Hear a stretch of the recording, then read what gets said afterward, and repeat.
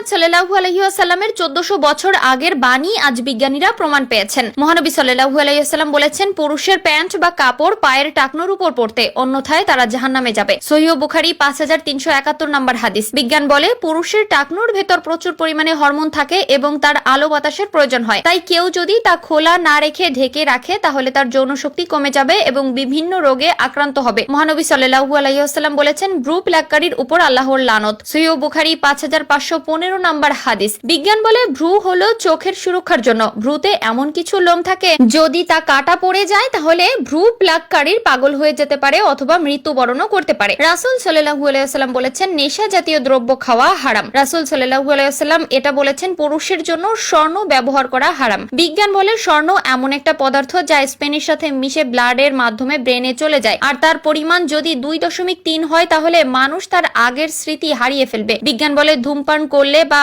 মাদক দ্রব্যের ফলে ক্যান্সার বা ব্রঙ্কাইটিস এবং হৃদরোগ হয়ে মানুষ মারা যায়। ধূমপান করলে ঠোঁট, মাড়ি ও হাতের আঙ্গুল কালো হয়ে যায়। রাসূল সাল্লাল্লাহু আলাইহি ওয়াসাল্লাম বলেছেন, ঘুমানোর সময় আলো নিভিয়ে এবং ডান কাত হয়ে ঘুমাতে। বিজ্ঞান বলে, ডান কাত হয়ে ঘুমালে হার্ট ভালো করে পাম্প করে, আর লাইট না নিভিয়ে ঘুমালে ব্রেনের অ্যানাটমির রস শরীরে প্রবেশ করতে পারে না, যার ফলে ক্যান্সার হওয়ার সম্ভাবনা থাকে। রাসূল সাল্লাল্লাহু আলাইহি ওয়াসাল্লাম বলেছেন, তোমরা গোঁফ ছেটে ফেলো এবং দাড়ি রাখো। বিজ্ঞান বলে, দাড়ি না রাখলে স্কিন ক্যান্সার, ফুসফুসে ইনফেকশন ও 40-এর আগে যৌবন হারানোর সম্ভাবনা থাকে। বিজ্ঞান বলে, পর্নোগ্রাফি বা অশ্লীল সম্পর্ক সহ বিভিন্ন মাদকদ্রব্য নেশায় যদি কেউ জড়িয়ে পড়ে তাহলে তার ব্রেইনের ফরেন্টাল এরিয়ার পরিচালনা করার ইন্টেলেকচুয়াল সেলগুলো থরথর করে কাঁপতে থাকে এবং অস্থির হয়ে যায়, যার ফলে সে নেশাগ্রস্ত হয়ে মাতাল ও অসুস্থের মতো জীবন পরিচালনা করে এবং তা তাকে ধ্বংসের দিকে ঠেলে দেয়। আল্লাহ সুবহানাহু তাআলা বলেছেন, তোমরা ব্যভিচারের কাছে যেও না, নিশ্চয়ই এটা অশ্লীল কাজ এবং ধ্বংসের পথ। যখন কোরআন পাঠ করা হয় তখন তাতে কান লাগিয়ে রাখো এবং নিশ্চুপ থাকো,